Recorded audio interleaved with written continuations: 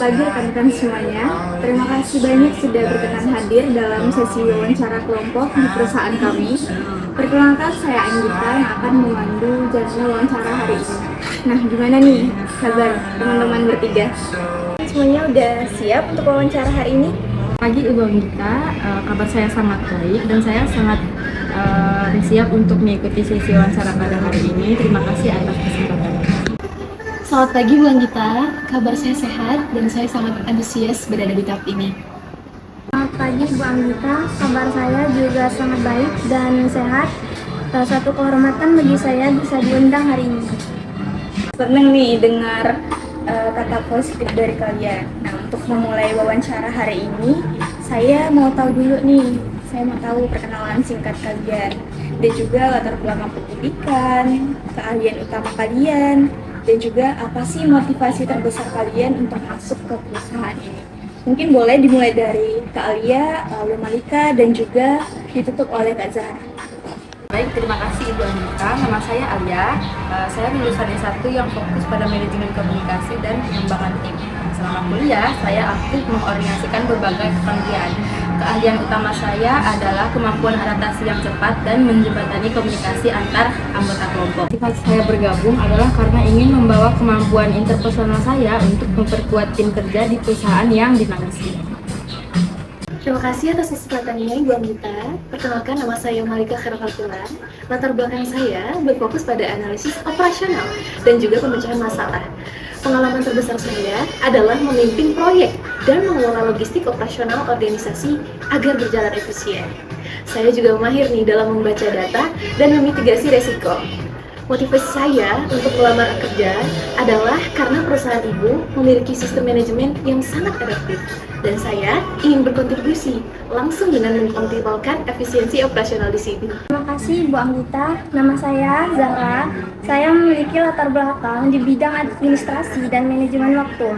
Jadi keahlian utama saya adalah pengorganisasian kerja yang terstruktur dan detail.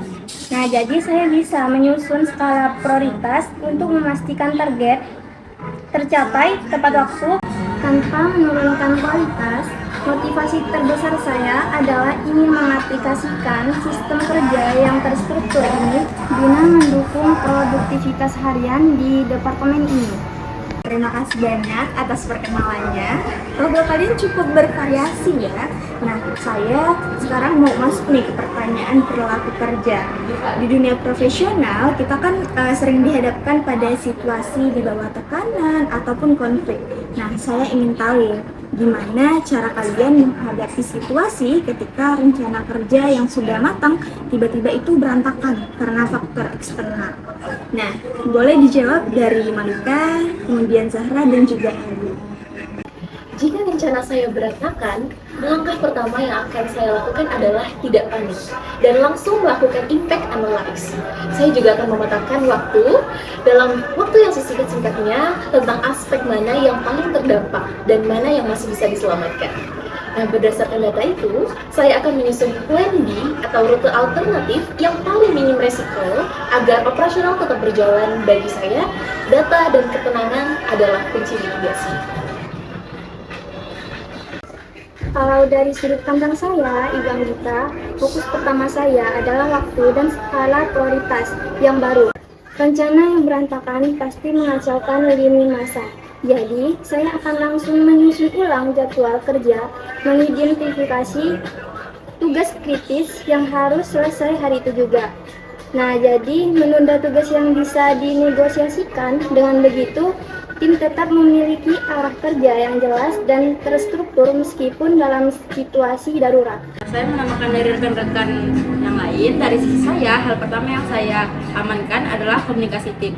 Karena rencana yang berantakan itu sering membuat anggota tim itu menjadi bingung atau menjadi frustasi. Jadi saya akan mengumpulkan tim dalam pertemuan yang singkat, menjelaskan situasinya secara transparan dan membagikan ulang tugas secara adil sesuai kapasitas darurat saat itu.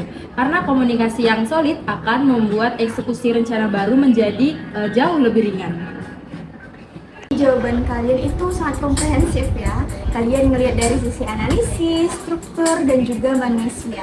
Nah sekarang ayo kita uji gimana sih kalian menyatukan perspektif yang kalian punya dalam satu studi kasus. Nah kasusnya perusahaan kalian akan meluncurkan layanan baru dalam 3 hari. Tapi tim desainer atau teknis itu menyatakan ada error sistem yang fatal. Nah, sementara tim pemasaran udah terlanjur menyebarkan promosi yang besar-besaran. Nah, apa sih keputusan taktis yang akan kalian ambil bersama? Saya akan kasih kalian waktu 1 menit untuk berdiskusi, lalu kalian bisa sampaikan kesimpulannya ke saya.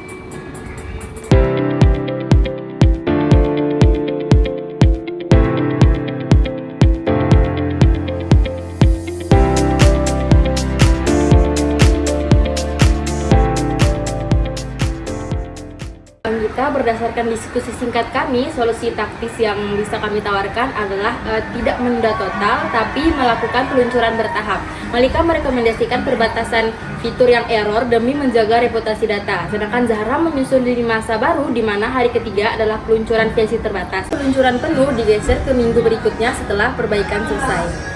Dan saya akan menyusun strategi komunikasi ke publik agar penundaan sebagian ini justru terlihat sebagai program reward eksklusif bagi konsumen, sehingga tim pemasaran itu tidak kehilangan momentum. Oke, kolaborasi yang sangat cerdas ya. Kalian bisa menggabungkan keahlian masing-masing kalian dalam waktu yang singkat. Padahal hanya saya beri waktu 1 menit tadi. Nah, saya sangat terkesan dengan jawaban dari kalian. Oke, sebelum saya tutup, apakah ada satu pertanyaan singkat dari kalian yang ingin diajukan kepada saya mengenai perusahaan ini? Saya ingin bertanya Ibu, apa sih tantangan terbesar yang sedang dihadapi oleh departemen ini dalam beberapa bulan ke depan yang diharapkan bisa dibantu oleh kandidat yang dipilih nanti? Baik, terima kasih banyak pertanyaannya Kak Zahra. Jadi tantangan terbesar kami saat ini adalah digitalisasi proses kerja dan juga kecepatan adaptasi pasar. Nah, jadi kami itu butuh orang yang nggak hanya pintar bekerja sendiri, tapi bisa berkolaborasi dengan cepat seperti yang kalian demonstrasikan barusan. Nah, kalau nggak ada pertanyaan lagi, wawancara hari ini sudah selesai.